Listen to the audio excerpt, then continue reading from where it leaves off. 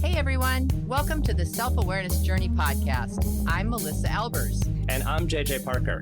This podcast is for seekers of happiness and joy, seekers of a centered approach to success in life, seekers of their true, authentic selves.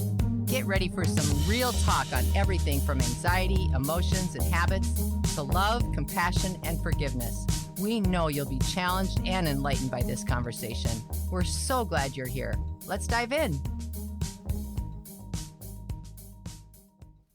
I got a little situation at work that's a little abnormal. Most of our work situations are, really? They're like abnormal. At your work situations are all abnormal. You mean this is a normal situation? Well, sorry, just so teasing. We use LinkedIn and social media to promote our stuff, right? Like many companies do. From a business perspective, we've never really found Facebook or Instagram or any of those more I don't know what you call those, more personal social media platforms. Personal social media LinkedIn, we're pretty active in there as a company, and then LinkedIn's been doing a pretty good job of trying to pivot, I guess, their platform to be more about just and sharing and learning. Before it was just mostly the joke was oh, you're only on LinkedIn if you need a job. Exactly, so they've done a really good job of actually shifting that idea. Well, so I've been a little bit more active on there, and one of our coworkers, Amber, has also wanted to start posting some of her learnings and what she does at for a job and her experience on LinkedIn to help people, right? So she's our she's our director of HR. So she's our HR person. Yep. And Amber, the nicest person. I love Amber. You could ever interact with. So good-hearted, so smart. I know. Well-intended. So well-intended. So I've been trying to post on LinkedIn just things I've learned in my career. She is doing the same thing. And I don't know if this was her very first post or not, but it might have been her very first post. And holy cow, did it get a reaction. I post stuff on there and it gets one reaction, 0 comments. Six thumbs likes. up, no conversation. That's about how it goes for me. For her, same. She posts one thing, 149 comments and 351 reactions. Oh my gosh. Yeah. What? So I talked to her after this because she was really upset by it. Really, really upset by it. Wow. You and I would have been clinking glasses in celebration. Well, even if it wasn't good, what's the phrase we always use? What was the phrase we always use? Something like any press is good press or something like that. Yeah. She didn't feel like that, maybe. Feel like that. And so I went and read through the comments, and they were generally not very nice. They were really not very nice. And so her post was about our hiring practices at Tightrope. And it was pretty small. It was just, here's a couple of things. I think she listed 3 criteria that cause us to throw away a resume. Oh, right. Yep. And so it was we require a cover letter. That's just the thing we do. If you don't send a cover letter, we just throw your application away. Oh my gosh. Okay. Yes. If we want to understand when your education experiences happened, and again, not because we're specifically trying to figure out how old you are or something, but we've had quite a problem with people applying for full-time positions while they're actually still actively in school, and we know that does not work out well for our environment. Right. And then I don't remember. There was a third one, but typos. Oh, If yeah, there's yeah, yeah. a significant number of typos in a resume, we also throw it away. Yeah. Yeah. Okay. Can I just say something Yeah. while you're talking? I just hopped on really quick as you were talking because I'm just curious. She now has 352 likes or whatever's and 249 comments and 14 reposts. Yeah. Yeah. So That is unbelievable. So this really struck a nerve with people. Yes, exactly. There was a lot of comments around how, like throwing away resumes based on those criterias is ageism, is You're wrong. missing good people. Like everybody makes typos or small mistakes. Everyone gets a prize comments. Everyone should get a prize comments. Yeah, it was pretty amazing, and she really took it personally. And I tried talking with her, and we talked together about how that's not. She shouldn't take that personally, but it's hard to not take those things personally. And again, she was just trying to put some stuff out there to help people. Like, hey, if you're looking for a job, you maybe want to double check to make sure there's no typos in there. Like that seems like a pretty innocent comment. But I agree. The way people came at her for expecting perfection, right? Or there's comments in there like, this is what's wrong with corporate gatekeepers keeping good people from having jobs. And then on our side, I don't want to defend us, too much, but some of those are arbitrary rules that we just make up. The cover letter thing? Yeah. Totally. We just use that. We use that as a gate for sure. I'm admitting to you that we use that as a gate. Yeah. Well, especially when you get, which you do, like 300 resumes for one job. The thing she was reacting to was she had to sift through 300 applications that we got in the course of like 2 days. How on earth is she supposed to do that without at least a couple, even somewhat arbitrary? Yeah. Like, yes, we're going to miss good people. I'm sure there's some really awesome people in the discarded pile. You don't have to justify it though, because it is what we do. Here's the deal. This is what we do. This is how we live our lives. It is. But social media, including LinkedIn, gives this like causes me, this really annoys me. Now we struck a nerve right here. Yes. And it really annoys me. And the reason it annoys me is I know her and I know her intentions. She is a lovely person and a very intelligent person. She's a mom. She's just great. And this sort of craziness of people being able to hide behind their keyboards and toss down a bunch of shade to someone like this who is trying to be helpful really pisses me off. No one would ever make these comments directly to her face. If she was one-on-one with someone and she said, hey, here's what we do, there's no way the reaction would be the same. No. They would thank her. They would thank her if they knew her. And I don't work in your organization, so I can defend her because I know her personality. And this just really annoys me. And I do think LinkedIn, I think recently, and this isn't me coming after LinkedIn, okay? But it is me coming after social media because I've kind of had it. I feel like LinkedIn used to be a pretty black and white business tool. And I think that they were losing a lot of market share because I remember specifically on LinkedIn, if you posted an emoji, people would actually like kind of react to that, like, hey, this is not the place where we put smiley faces. That's business. We're in business. Yeah. And I think that they've tried a number of things over the last couple of years to change their algorithms, to try to get more people on their platform, to try to get more activity, people responding in their platform. And a lot of the things they've done has been great. But some of the things that they've done has become a lot more permissive about people being more loosey-goosey, being more reactionary, off-topic, posting things that are not business-related at all.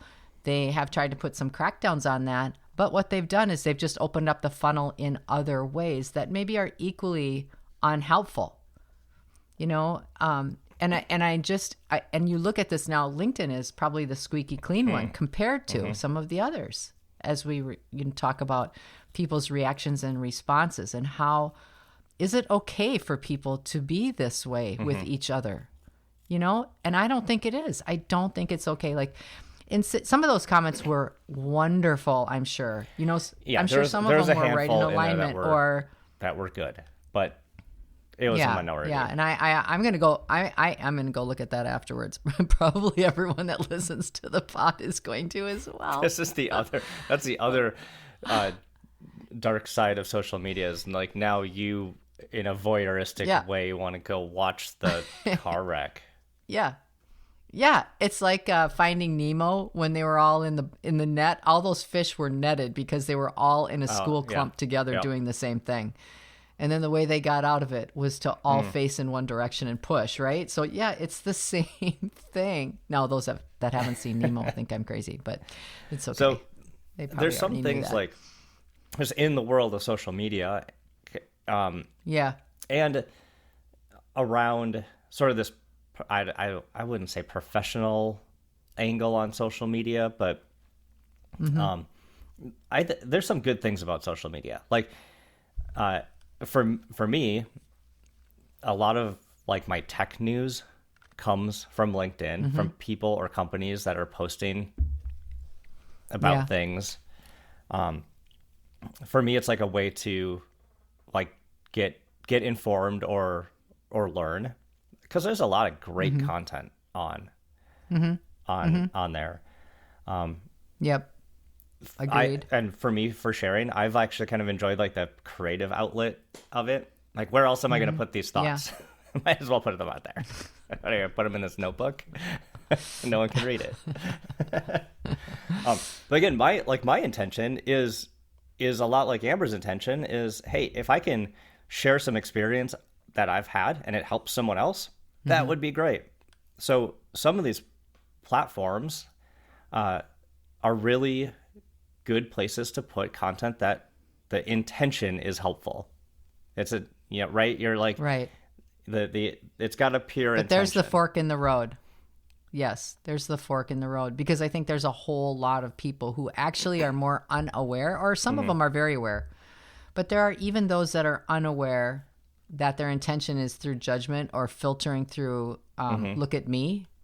I want attention. I want to be popular. I want to be an influencer. I'm going to be an influencer, right? And they're creating, false narrative. Okay, that was really bad. Sorry, you guys.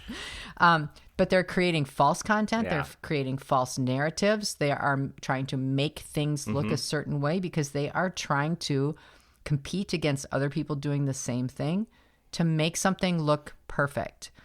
You pick any topic and that is a thing. Yeah, so you pick any topic and that's right away. I'll notice is when I'm more active on social media, and now full disclosure, like I deleted Facebook off of my phone and I never log into it anymore. I got to a point where with Facebook specifically, I'm like, this is not bringing me any value anymore. And it's actually just feeding like an addiction of just one, like, again, just the habit. I don't say addiction, like the habit of just pulling up and scrolling through it endlessly. Right. Mindlessly using time up when you have like a moment. It's a waste of time. I'm fine with trying to engage with things, but that one in particular, I found like I didn't have enough self-control to not just endlessly scroll the thing. So, but the comparing thing is so real. Like instantly you can get sucked into like, oh, look at that person. Like, where are they in their career? Like, oh, they built and sold a company, but they're like 10 years younger than me. Why? I'm behind. Like, you get all these crazy thoughts that have nothing to do with where you are at in life, but they pop up. I agree. I heard a stat. This blew me away, and I'm still feeling like I didn't hear it right, but I know I did. They said that Twitter just posted like record sales. It was over $1 billion, okay? And the reason, and everyone's like, how does that happen? And then the tag or the secondary sentence that the news person used was, Twitter just made all of this money. And they did so because they receive 50% of whatever gifts are bought through the platform for an influencer. And I was like, wait, what?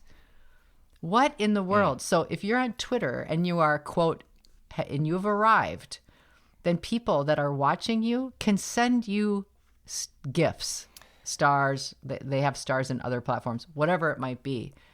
And this is the kind of money that's being exchanged. So this is why there is this false idea of I can be popular, I can be this, I can be that. And it's causing people to behave in very inhumane ways. And that's what scares me. That's what scares me. The number one thing whenever you're looking at some of this stuff, like how the world works kind of stuff, Exactly. follow the money. Yeah. That's always the method, right? Yeah. So if you're on Facebook, if you're on LinkedIn, if you're on any Instagram, where is the money flowing? Because those things cost billions of dollars to run. These are very complicated, big computer systems. There's tons of software engineers and people designing these products.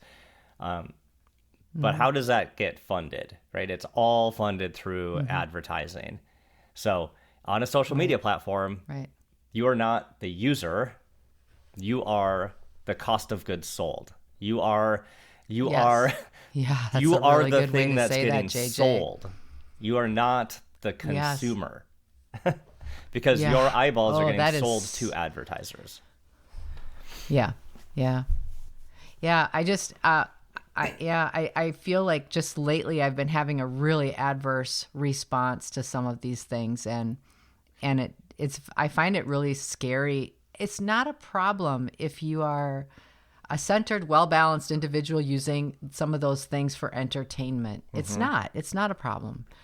The unfortunate thing is so many younger people or people that are a bit numbed out in their lives that are looking for a harbor in the storm of their lives. They're going to this place that they think is safe. Yeah. They're trying to, quote, learn from experts, quote, influencers that are safe.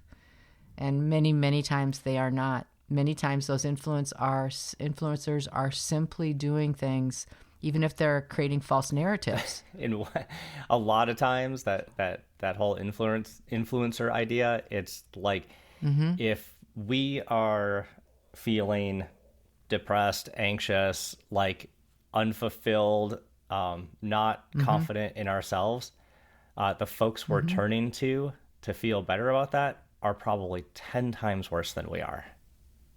10 times at least. I heard this phrase describing social media as a security blanket, which I think is a really interesting way to think about it. Because you're actually using those words, like people will turn to it for a sense of security. Well, it's like a false sense of security. But the way our brains work, the way social media helps like fire dopamine in our brains, it actually does feel comforting. Right. And so they've constructed, and again, when you look at the dollar and cents of the whole thing, social media companies have people who have doctorates in psychology trying to figure out how to get you more addicted. So there's teams of highly trained, highly paid people against you. You have no chance of survival. Yeah, it's true. It's really true. Unless you hit rock bottom so poorly or hard, if you hit rock bottom so hard that you are forced to turn all of your personal habits on their ear and try something else because you are it's not working for you. Here's the question that I have is, if you think of social media as just as a security blanket, okay, it's just a thing that brings me comfort. You could think of it as comfort food. You could think of it as like whatever. It's a nice little thing that brings me comfort. Why do you need that comfort? What is underneath that? we all like to be comfortable. Yes. I like to sit on the couch under my favorite blanket and feel comfortable too. Yeah. But specifically, when we think about interacting with social media, let's think a little deeper about why we want that comfort. Yes. And here's the thing, coming back to the beginning of this conversation with our friend Amber, I believe this is why people get so angry now on social media, because we have curated a very specific expectation about our own social media, what we're going to see on it and what we expect to see on it, right? It's that echo chamber you and I always talk about. Everything that you see and do on those platforms continues to get more and more closely refined to a very specific picture that you have of yourself. And so it just gives you more of that. So anytime you see anybody that is extending something beyond that or in opposition to that, it causes you huge angst and anger. Not everyone, I'm not talking everyone, but we're talking about those extremes. And so people then get very angry because it's not the social media they want. You're wrong. That's your social media. I'm coming after you now. Yeah.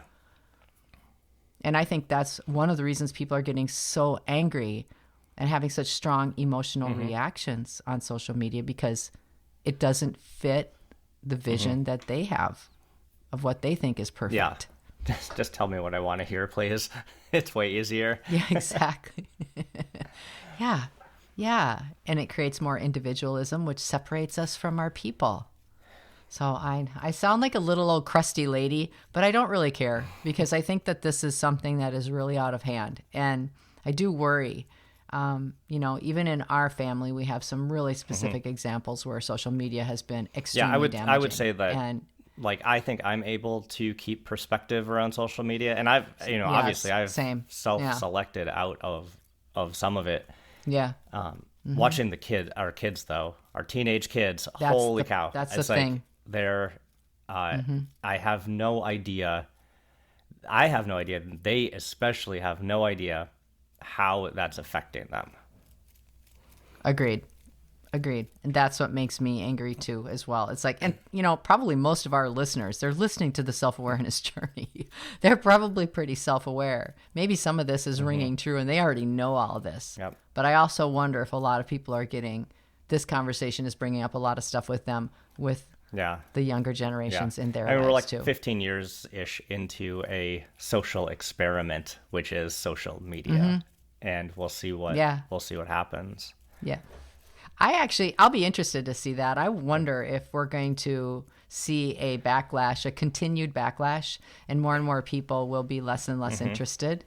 It'd be interesting to see if that's true, because I think there's a number of places in social media where that's already happening. I think so too. And to me, like, obviously we're, again, like you said, we're speaking to a very specific audience, right? To you and me and all of our listeners together. We all might have a bit more perspective on this, but it's like, if there's not all bad with social media. I think there are some good aspects of being able to connect with people who are not close, not physically close to you. You can kind of do these, updates and sharing in a pretty cool way. But we all have to make social media what we want it to be. Yes, and we have I agree. to more consciously decide what our expectations are and what we want it to be, and help guide it to be that. Otherwise, it's just going to keep doing what it's doing, which is going to be like spiraling into despair. Yeah. Yeah. And what our limits are too, right? The other thing I was just reflecting as you were just talking, I also think that when you think about LinkedIn, what I find interesting about the LinkedIn platform is how quickly it has modified some of its standard practices, even in just the last couple of years. Because I think it was beginning to seem a lot more personal, sort of, but they pivoted really hard and fast on that and made it much more of a learning tool. So like, as you were talking about, now they're focusing very much on trying to have experts weighing in on what their expertise is or are. And you're seeing a lot of that. The point not being that they're better or worse than anybody else, but just the point being how quickly, from a business perspective, they've shifted gears. It's been interesting to watch that platform respond in a more global way, in a faster way, in a pretty strong pivot from what was. So it's interesting to watch. All of it. So what the summary of this episode is, everyone go please like our posts because our egos are directly attached to that. Did you enjoy this episode? Please go to your favorite podcast platform to subscribe, rate, and leave a review so others can discover it as well. Growing self-awareness is a lifelong journey, and there's always further to go. And it's better when we're all in it together. Please think of someone you know who could benefit from hearing today's conversation and share this episode with them. We can't thank you enough for listening. Until next time, happy exploring, seekers.